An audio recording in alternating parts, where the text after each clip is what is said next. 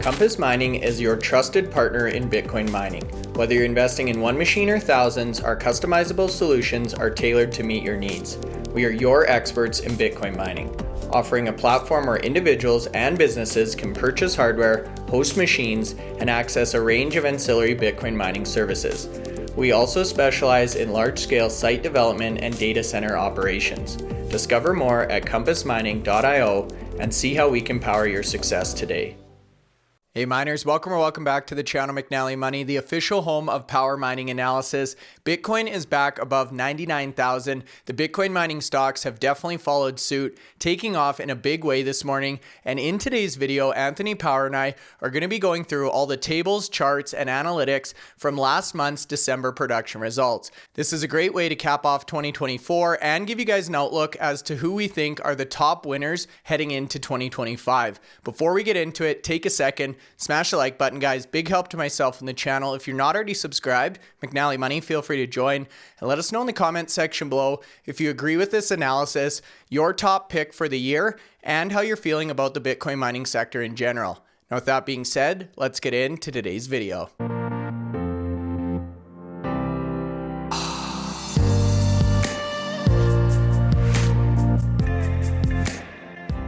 Okay, guys, Wednesday morning, another excellent looking day in the markets. Bitcoin surging up over 99,000. The miners once again following suit. And this is now the second day, Anthony, back to back. We've seen a sea of green in the market. We're just days away from Trump's inauguration. I feel like at any point, Bitcoin could take off here. And it seems people are really starting to get excited for next week's inauguration event.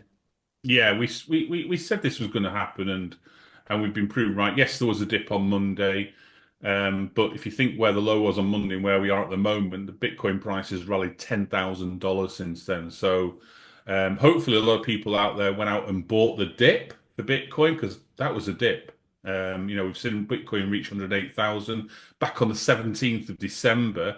And to fall down to 89,000 on the 13th of January, that's an opportunity. So hopefully people were able to utilize that.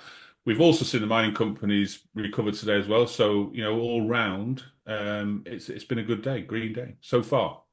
It certainly has. We talked yesterday about the heavy amount of options that are expiring Friday. So I've been selling off a number of option contracts. I know you and I both took advantage of that dip, Anthony, loading up quite significantly on some of our favorite miners. And we actually post all of that content in our Patreon. We have an individual Patreon each, and in our members only YouTube channel as well. So if you want kind of that white gloves curated selection of stocks or to look at our portfolios, that's a great avenue to do that. We're going to come on to some of the other platform enhancements in a second here. But before we do, I did want to take a look at the mid-morning market update. Once again, TeraWulf leading the pack here, Gryphon in the rear, but in between, a sea of green for the miners.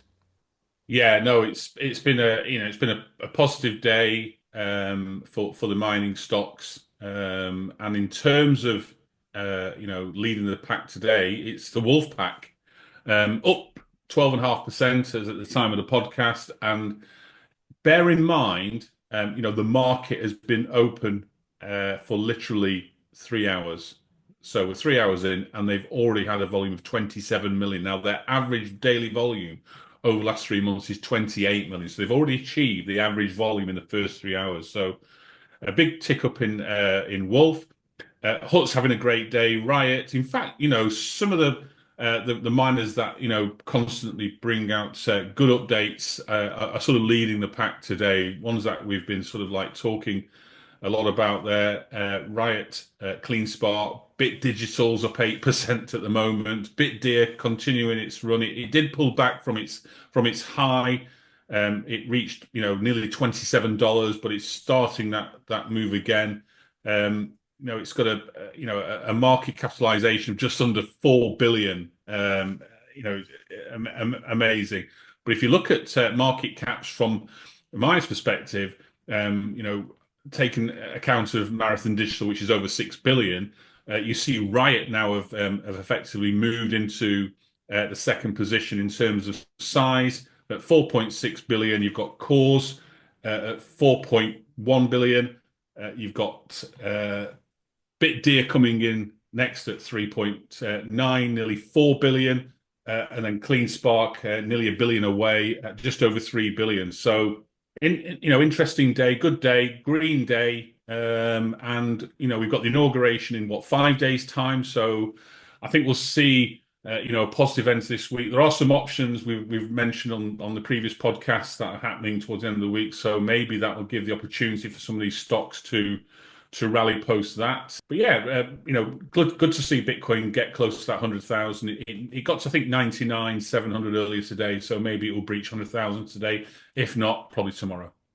Most definitely. Yeah, we're definitely getting close there. And as you say, Anthony, one of the main aspects of our platform are the interviews. And we've been fortunate enough to have Jason, we had Bitdeer on, we had Bit Digital. A lot of these companies that we're talking about making big moves today, we just sat down with management in the last couple of weeks. So make sure you guys check those out. Another facet of the platform that many people are unfamiliar with is actually the audio podcast. So back in April, we projected our videos out to about 17 podcast platforms. We've had tremendous uptake, Anthony, about 20,000 downloads to date.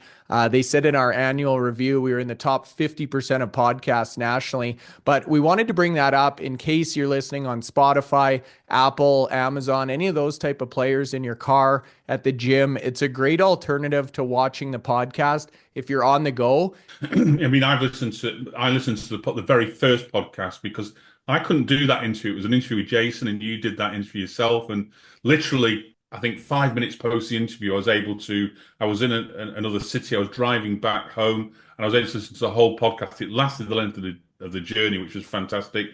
It came through really, really well as well. I was really pleased with the quality of the audio. But don't forget, I mean, the reason that we're on YouTube is because we do a lot of graphics, pictures, and updates, visual updates.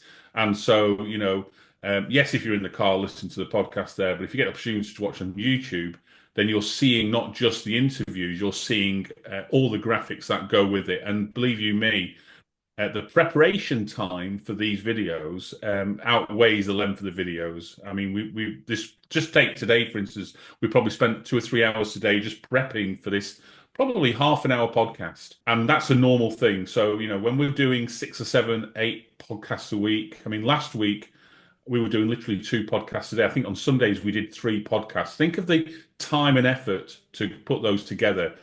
We're having to, we've got Hive coming on tomorrow. So this morning, I know you've started the process already. We're putting our questions together that we'll ask Hive tomorrow at the interview there. And I'll add some post this podcast. So, the work doesn't stop, but we're out here trying to deliver the content that you'll appreciate. So, as I say, many platforms to watch or listen to us on, but for the actual content, visual content, obviously YouTube is the preferred choice. Yeah, most definitely, especially for today's video, because I think we have about 6 or 7 graphs, tables, charts for you, which is exactly what the people have been asking for. So we'll get right into that. The only other thing we wanted to mention, guys, Miner Madness 2.0. Obviously, you can search your name, get the updates or the analyst leaderboard on the website. And if you also want to sign up for the free newsletter, our admin team will actually send out updates every 2 weeks on that and miner industry news as well. So a couple different facets of the platform we wanted to plug before we get into the video. With that being said, the final piece of the pie here, Anthony, are your articles. So you've been writing now for quite some time for Compass, CoinDesk, I believe you're published in as well. This is your big monthly article looking at the prior month's production. December's extra special because we get to see the full 2024 efficiencies, productions, and overall ranking of these miners. Yeah, no, I've been writing for Compass for coming up to 3 years now. Started, I think, April 2022 was my first article, and generally try to get 3 articles out a month. In the earlier days, I was probably doing more articles, but now I'm doing probably more longer articles. I do a regular monthly update article, which I don't think anyone else does in the space. So that covers all the monthly operational metrics for, some of the biggest miners in North America. Most of the favorite miners are in that group there. I think at the moment we've got 15 in the group there. We're looking to maybe, expand that as well. So, December itself, a couple of big news stories in December. Obviously, we had the all-time high, $108,268, which occurred on the 17th of December. But we closed the month, which is really important. We've mentioned this on yesterday's podcast. We closed the month at 93,429. And that's an important number because that's the amount that these miners will be able to value their HODLs that they hold. Now, bear in mind, back in September, the valuation was about 63,000. So for those companies, and we mentioned them yesterday in the podcast, if you've got a HODL, their increased valuation will be by about $30,000 per Bitcoin for that Bitcoin that was held up until September. So some of these big hodlers, that's going to be a significant impact to their quarterly earnings, which are due in February stroke March for the majority of miners, depending on whether it's a quarterly update or an end year update. So that was great there. The other thing to note, because it was December, it's the end of the year, and obviously at the start of every year, the miners put together their strategies on what they're going to achieve in terms of hash rate. And if you remember, Bryce, we talked about this significantly over that period. There was 5 miners that were really trying to grow their hash rate significantly. Those miners were Bitfarms, CleanSpark, Riot Platforms, Marathon Digital, and IREN. And we were debating on a number of podcasts throughout the year on which miners we felt would achieve their hash rate. And actually, we certainly got one of them right, and we sort of we looked to another miner that expected them to get it right, but they didn't quite achieve it. So in terms of achieving hash rate, we had the likes of IREN, who at the start of last year they set a target of 20 exahash, and they achieved by the middle of the 2024 they'd gotten up to 10 exahash. So they were at 5.6 at the start of the year. They'd grown to 10 by middle of the year. And rather than say we're going to get to 20, they changed their strategy and said we're going to go to 30. 20 is not good enough. We're going to go to 30. And the market reacted really, really positive to that update. The share price rallied all the way up to $15.50, which I think was close to the high all-time high. I think that all-time high was achieved a few months later as well. And they ended the year at 31 exahash, so they exceeded their target, which is positive news. They set another target for achieving 50 by the middle of 2025, and again, I think we'll probably agree that that's achievable for them. They managed to increase their hash rate by 21 exahash in the last 6 months. Are they going to get another 19 in the next 6 months on the same site? I think everything lines up. They are so used to building these facilities now on that site. I think they've got something like 17 buildings there that or 16 or 17 that they've built in 2024 alone, and we'll see that number increase, obviously to close to double that for the first part of 2025. So I think they're bang on to get to 50 exahash. Another miner that did really well this year was CleanSpark. They had a target, I think, of about 32 at the start of the year, ended really positively, over 39 exahash. So in terms of exceeding target, CleanSpark, outperformed everybody. I mean, from 32 at the start, they did change it later on to 37, but we're going back to the start of 2024. That's when these targets were set. They did change it close to the end of the year. So we're going to get to 37. And we feel that we'll probably go past that. And we spoke on that particular target, and they exceeded that as well. Marathon Digital were already at 24 exahash at the start of 2024, and they set an ambitious target of 50 exahash. Now, the problem with Marathon compared to, say, IREN is Marathon have got a lot of sites. And also at that particular point in time, they were significantly hosted. So the problem they had was, are we going to get facilities to get our hash rate to where it needs to be, or are we going to find enough locations where we can host large amounts of miners to get to that 50 exahash? Well, they did both. They actually started buying sites. So Fred changed his original strategy of being asset light, I think now they're over 60% in terms of sites compared to hosting. So that's a big increase during the year. And they achieved over 53 exahash by the end of the year. So ticking the box for Marathon. Well done.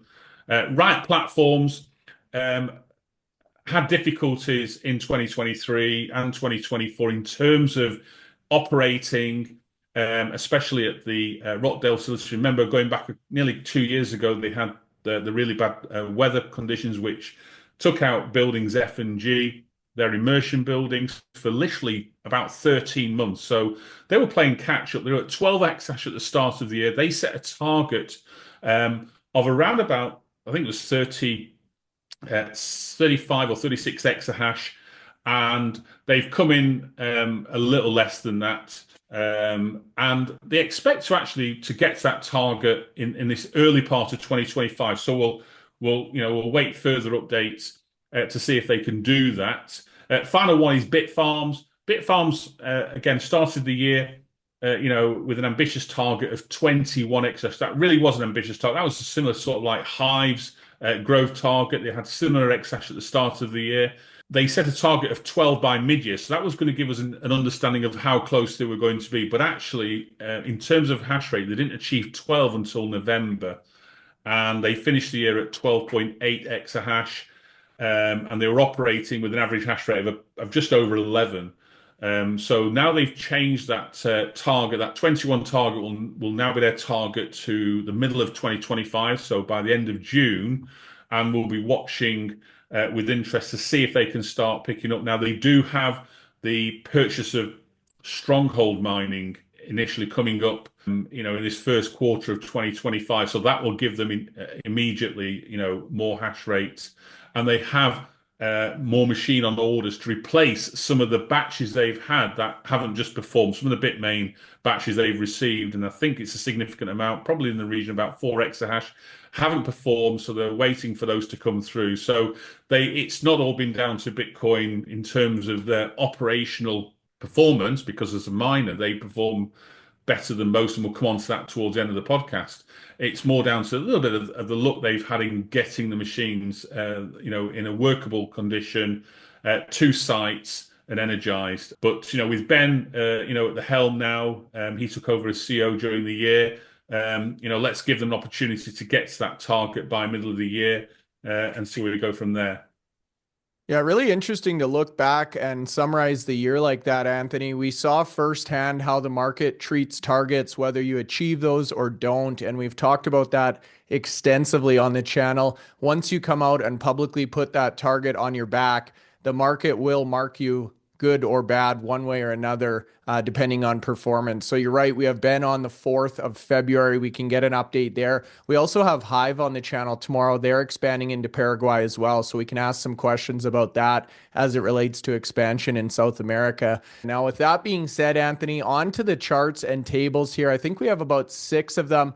We'll start with some of the key takeaways from the self-mining December update. This is one of my favorite tables because it shows so much information. You can compare and contrast the miners. We have something very similar on our website as well if you guys are looking for this in real time.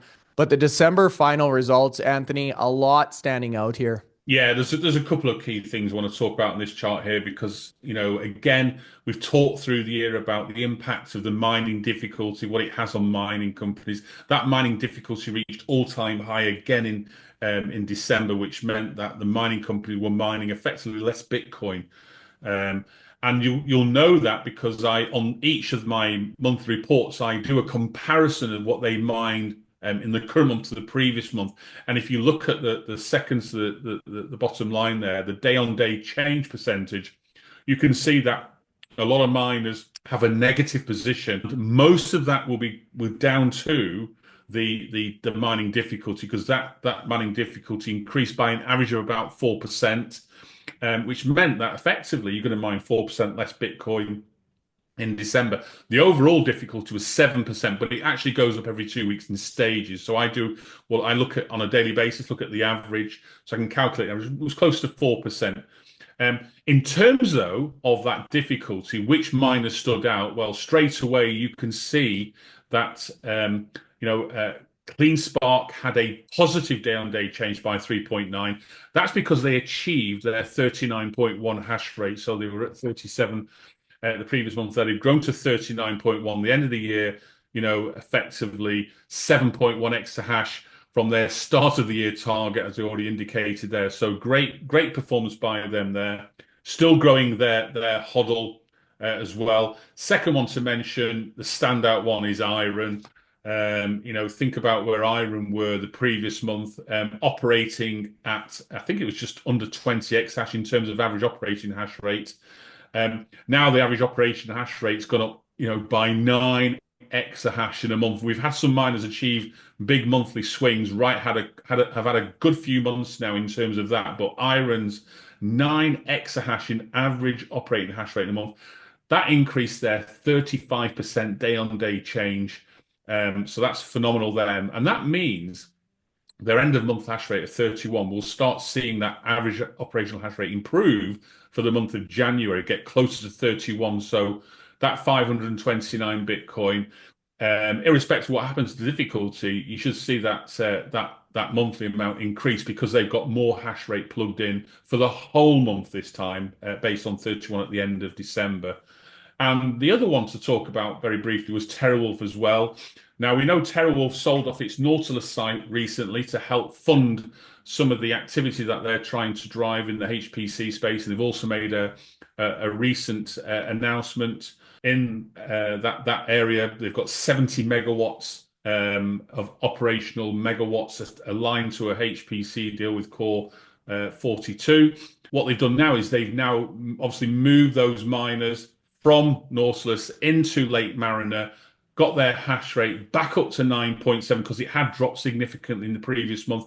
Average operational hash rate went up there. And again, in terms of Bitcoin produced, that was a 33% day-on-day change. So that's getting their mining back where we expect it to be. And I believe with building 5 coming online soon, that hash rate's got an opportunity to grow even further. But we know they're not spending too much future focus on mining. It's the power now at Lake Mariner looks like it's going to be utilized for HPC and AI revenues, and we can understand why, listening to some of these companies that have been delivering that. The final thing I'll say is with regards to if you look at the December 31st line where the HODL in millions of dollars is, you can see now some of the impacts of the HODLs that these companies have. I mean, Marathon Digital there with, $4.2 billion in Bitcoin. And that's when the price was 93,000. Today it's 6,000 more than that. And so you could probably, that figure will be closer to $4.5 billion in value today. So we asked this question last year, Bryce. I think, how would the HODL versus the non-HODL work out? What's your thoughts at the moment? Well, looking back on the year, I think the HODL definitely wins the trophy in my mind, Anthony. We've seen, and in the next slide here, talking about Bitcoin mined, I think 4 out of the top 5 miners now are HODLing. We're also seeing a lot of the top miners buying Bitcoin. And based on the price appreciation throughout the year, I would think $93,000 is a better price than whatever you would have got as an average selling daily throughout the year. Yeah, and going through that Bitcoin mine slide there, it's you can now see the impact of the IREN growth. Now they've overtaken Riot in terms of monthly production. They're getting to 529, supposed to 516. Marathon and CleanSpark have led the way, literally all the way through 2024. And look like they'll remain doing that in 2025 because they've both got, again, growth targets. CleanSpark expect to get to 50. Well, they've only got 11 exahash to go to 50 now. So yes, they're going to have to find sites to deliver that, or they're going to have to improve some of the current machines on their current sites and improve their efficiency and grow hash rate that way. Because that's another way of doing it. If you've got some of the older S19s in place, which are 100 terahash, and you replace it with say an S21, you're getting effectively the same machine but delivering twice the power at the same energy cost. So delivering twice the power but the same energy cost. So if they can replace some of their older machines, you get a bump up in hash rate that way there. And a lot of these miners have done that. IREN have also literally replaced, a great majority of their fleet in 2024 and gone to the most efficient mining machines. Their hash rate efficiency is greater than everybody else's at the moment, but closely followed by CleanSpark. And Marathon also achieved 20 joules a terahash in terms of their hash rate. But as we can see going down the line, you can see now the impact. If you look at Bitfarms in terms of their production 211, which is a good production for their hash rate, they were producing more than that in terms of a lot more than that in terms of what they were producing in January with less than half the hash rate they've got at the moment. So the difficulty in 2024 was effectively like another halving for some of these miners. So they're already faced a halving where the revenue's reduced, and the difficulty throughout the year has probably impacted another 40-50% on production. So it's like another halving to them. Yeah. And so some of these miners at the bottom there, the likes of Bit Digital, likes of DMG, Soluna, are literally now mining at 1 Bitcoin a day or less than 1 Bitcoin a day. And we said about trying to keep up with the global hash rate. Global hash rate at the moment on the 7-day average is around about 780 exahash. At the start of the year, 520 exahash. So that increased hash rate means that there's less Bitcoin mined for each exahash effectively. So if you're in a mining pool, the pie's getting bigger, but there's far more slices to give out of the pie. So they're not getting as big a slice as bottom. But when you look at those top four miners there, Marathon, CleanSpark, IREN, Riot, they've grown their hash rate significantly more than the growth in the difficulty over that period. So they've kept up with and improved on the difficulty. So they'll get rewarded for that in terms of revenues. And obviously with this Bitcoin price, because three of those are now hodling literally every Bitcoin that they produce, and they're benefiting from this increased price action we're seeing as well. Compass Mining makes Bitcoin mining accessible to everyone. Start mining in as little as 48 hours with our turnkey hardware, online and mining directly to your Bitcoin wallet within 2 business days. Find out more at compassmining.io and get started now. Well, and what I was going to say, Anthony, we often talk about the impacts of MicroStrategy, the ETFs, Bitcoin ETFs, buying Bitcoin, saying the daily total production is 450 Bitcoin. You can clearly see in this chart, among the top publicly traded miners in the world, many of those 450 Bitcoin are never making it onto exchange or into the market to be sold. So that's a perfect segue actually to the third slide, talking about percentage of Bitcoin sold. And exactly like you say, Anthony, you can see the heavy hitters, Marathon, Riot, CleanSpark with a bit of an asterisk. They're basically selling nothing. In terms of December, we're seeing now that more and more Bitcoin mining companies are selling less of their production. So the likes of Marathon, the likes of Riot, also this month, the likes of Bitdeer sold very little Bitcoin. CleanSpark only sold 2%. Hive, sold 11% of their production. So they're looking to grow the HODL. And who wouldn't at the price of Bitcoin, as we've highlighted today? We know that IREN, Soluna, Wulf have been selling their Bitcoin on a daily basis, and they've put their arguments forward for that. We've had all 3 CEOs on the podcast, and they articulated really well as to why they're doing that. DMG, as one of the smaller miners, they've still got over 400 Bitcoin in their HODL, but they sold a bit of Bitcoin this month to cover the costs of the new machines coming in, which got their hash rate up to 1.72 exahash. That was a load of S21 miners. I think 4,500 were plugged in recent weeks. So that's given them a boost in hash rate. And they've got more machines coming in Q1.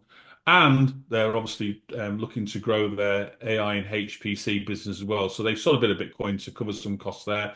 And then we saw the likes of Bit Digital as well. They've been in the market. They've just bought some data centers. So again, they look at all the options for capital, whether they should borrow. They've got a balance sheet with 0 debt. So it looks like they sold some of their Bitcoin this month to cover some of those costs there. And so from production sold, that's where we are. Yeah, great. And the next table is really a combination of the prior two. So Bitcoin mined minus Bitcoin sold obviously gives you Bitcoin HODL. What's interesting here, Anthony, is this is a great visualization to see the impacts of that Q4 FASB accounting treatment. But the one call out we did want to make when you look at these numbers, keep in mind that many of these big miners were adding to or purchasing Bitcoin during Q4, so they may not get the full top up benefit compared to that Q3 Bitcoin price. Yeah, no, absolutely. So the likes of Marathon will do really well. I think I was just looking the other day that the cat. I'm going to say it's going to be over $700 million added to their income statement for that quarterly earnings in terms of the valuation of their Bitcoin. So I'm going to jump in. Just a question for the retail audience. What does that actually mean? So great, their Bitcoin gets revalued. It's a massive number, $700 million. What does that mean for their earnings report compared to their underlying Bitcoin business? Can you give us just a sense of the volume of actual Bitcoin revenue versus what the FASB impact would be here? So the Bitcoin revenue will be significantly less than that, but the value it's all down to how Bitcoin's valued and how they're allowed to show the current value. So in the past, they've only been allowed to show valuation if the Bitcoin price dropped, and the Bitcoin price was dropping all the way down to like 15,000 in end of 2022, and the miners were really not able to show any improvement from that. When these rules came in, that changed the sort of like changed the game for them. Now it's a non-cash improvement. They haven't sold any Bitcoin, but they're allowed to show the valuation of that Bitcoin. And if there's an increase or a decrease in valuation from the previous quarter, then that increase or decrease is shown through the income statement, and it showed within costs of revenues. So therefore, when you look at the likes of Marathon, where you see that valuation of Bitcoin rise from 63,000 all the way up to 93,000 in terms of quarter on quarter, they had over 27,000 Bitcoin at the end of September. That 27,000 Bitcoin will be allowed to be valued at effectively $30,000 for every Bitcoin held. So that will improve their actual performance in terms of net income and in terms of earnings per share. Significant amount. You could end up having something like an earnings per share of, off the top of my head, something like maybe over $2 to $2.30 per share. When looking at some of these miners in the previous quarter were having losses of 10, 15, 20 cents a share, and now you're going to see Marathon reports with something like maybe 2.25 to $2.50 in terms of a positive earnings per share. That's a financial metric. The market will probably like that when they see that. But it's the good thing about Bitcoin mining, it's not too difficult to forecast results as you've gone past the period, because the information's pretty much ready available for you. You can get information, you can do the calculations. I could probably calculate, the effect of the revenues for all these mining companies for the last quarter. I've done it before. I did it like 3 or 4 years ago. I used to do it as a sort of like a little like a hobby time, and then post it. And people saying you've got the number within a few thousand. It's like but it's not difficult to do. They give out monthly updates which tell you how many Bitcoin they mined. You know what the revenues for those Bitcoin were. You can add 3 months together, so it's not rocket science. Some of the costs will be more challenging because, yes, you can say labor costs maybe, potentially like a fixed cost. If they're not growing massive hash rates, then the staffing bill should be fairly similar month on month.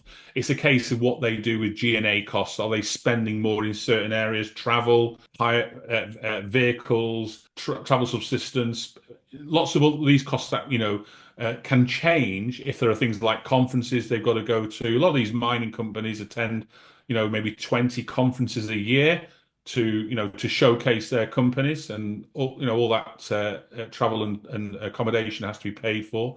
Yeah. So some are a little bit more challenging to work out. Professional fees, if you have shareholders who are not happy with the company and want to sue the company, that means professional legal fees will increase. So, but revenues pretty much standard. You could probably calculate for every mining company the revenues for the last 3 months without too much trouble. Yeah, and why I wanted to dig into that a little bit, you guys, is for us, this is a fairly common understanding in the Bitcoin mining space, this accounting treatment change, the value or fair value of Bitcoin, the amount of change in the price of Bitcoin over the last 3 months. But for anyone not involved in this sector, we generally think, Anthony, Q4 is going to be a very favorable surprise, green across the board, similar to what we saw in Q3 on the inverse with red across the board. And it's that surprise that really piques a lot of people's interest outside of the Bitcoin mining space. So we've seen when Bitcoiner miners rally, our views on our videos will double, Anthony.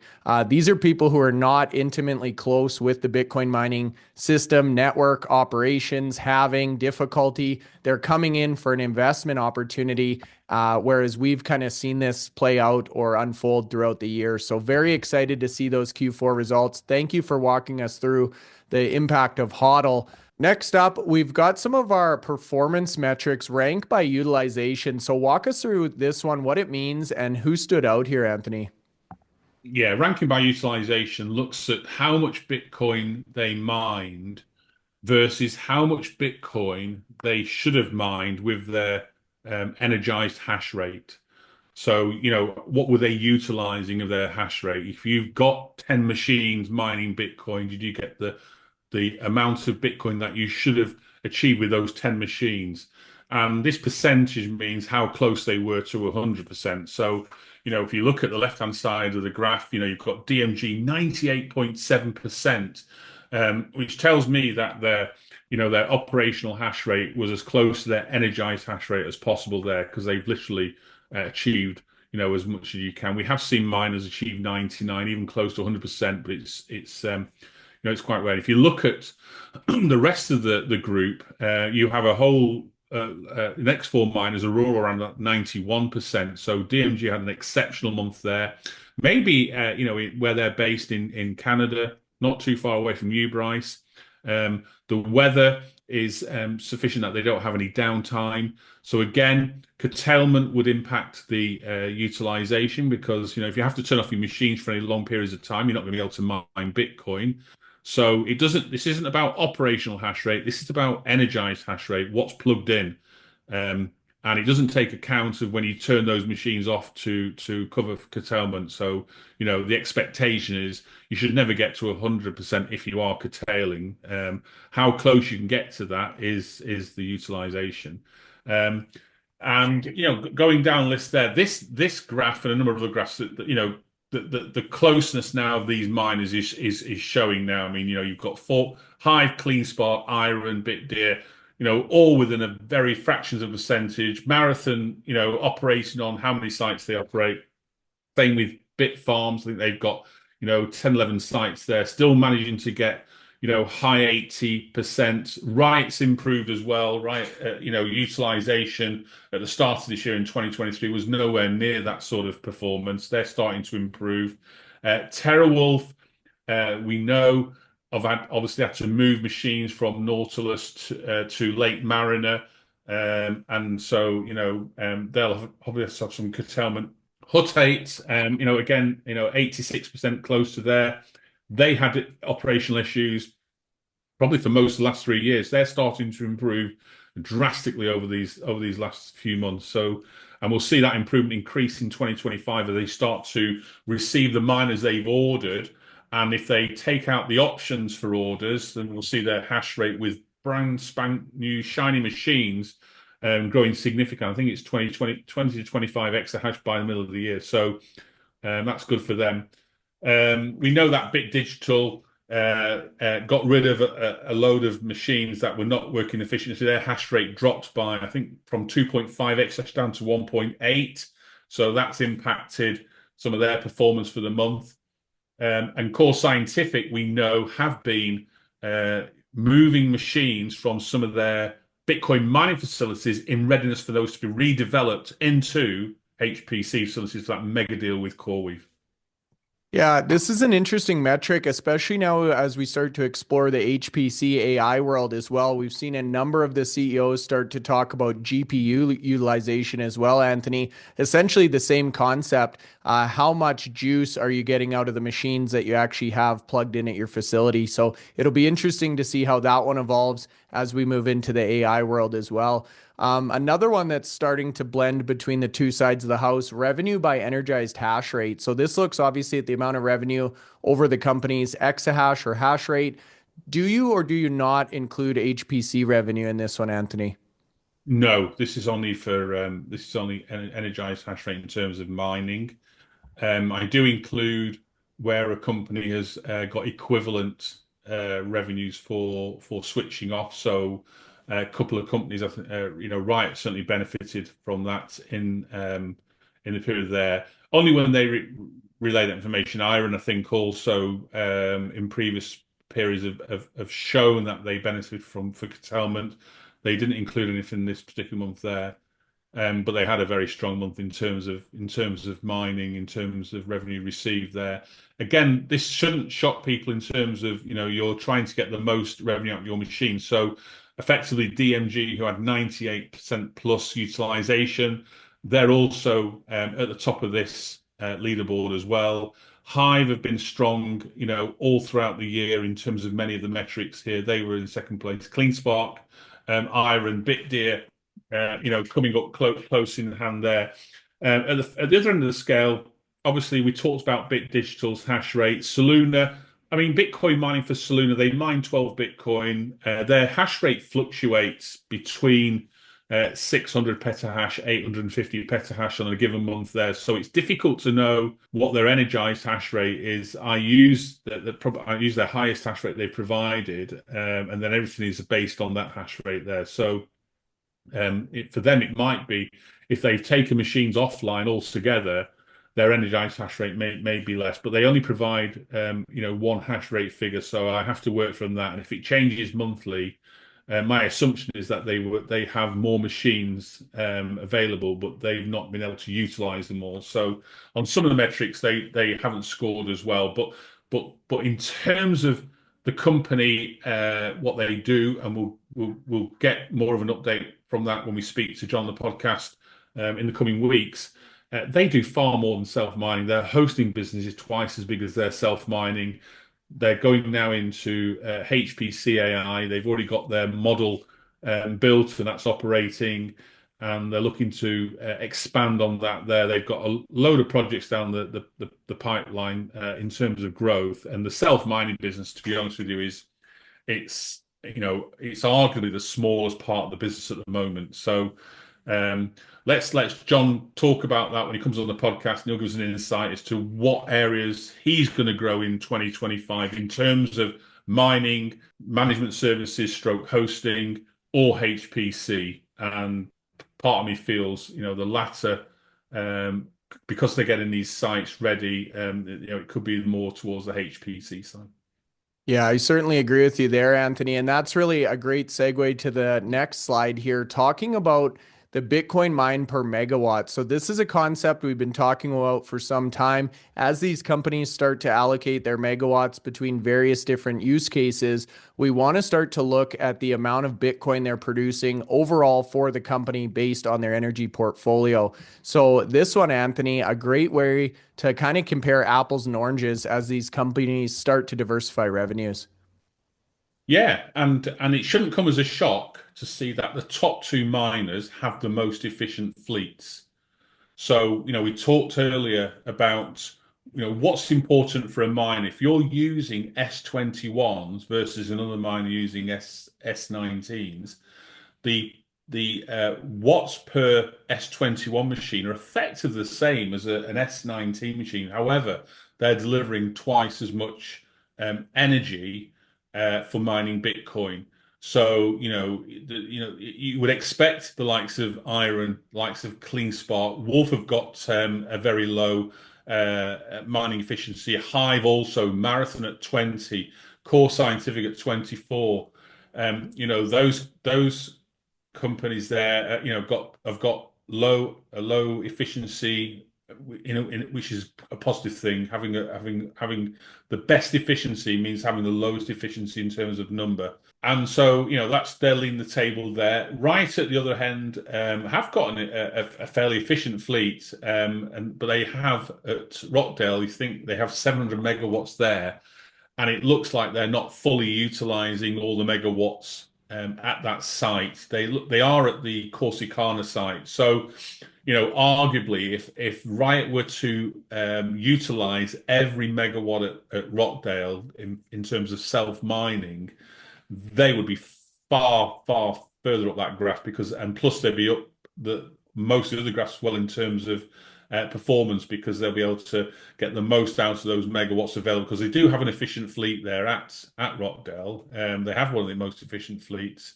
I think it's around the 23 mark. It's getting more efficient as we go into 2025, as more of these mining machines get installed at the Corsicana site. That will bring the average efficiency down there. So Riot is really about Rockdale. I think this last few months we've seen these numbers improve for miners. So they're getting better this year or 2024. They were improving their operational performance across the board. They certainly have been. Now, on to the main event here, Anthony. We talk about consistency a lot on the channel as it relates to Bitcoin mining. Also on the HPC side, how the analysts love the consistent, forecastable revenue.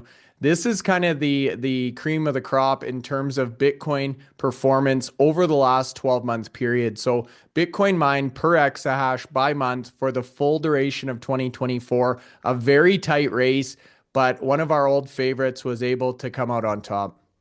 Yeah, I've been doing this for 4 years now, these tables, and over the last 4 years, two miners have finished in first and second place for each of those 4 years, and Bitfarms and I have done it again in 2024.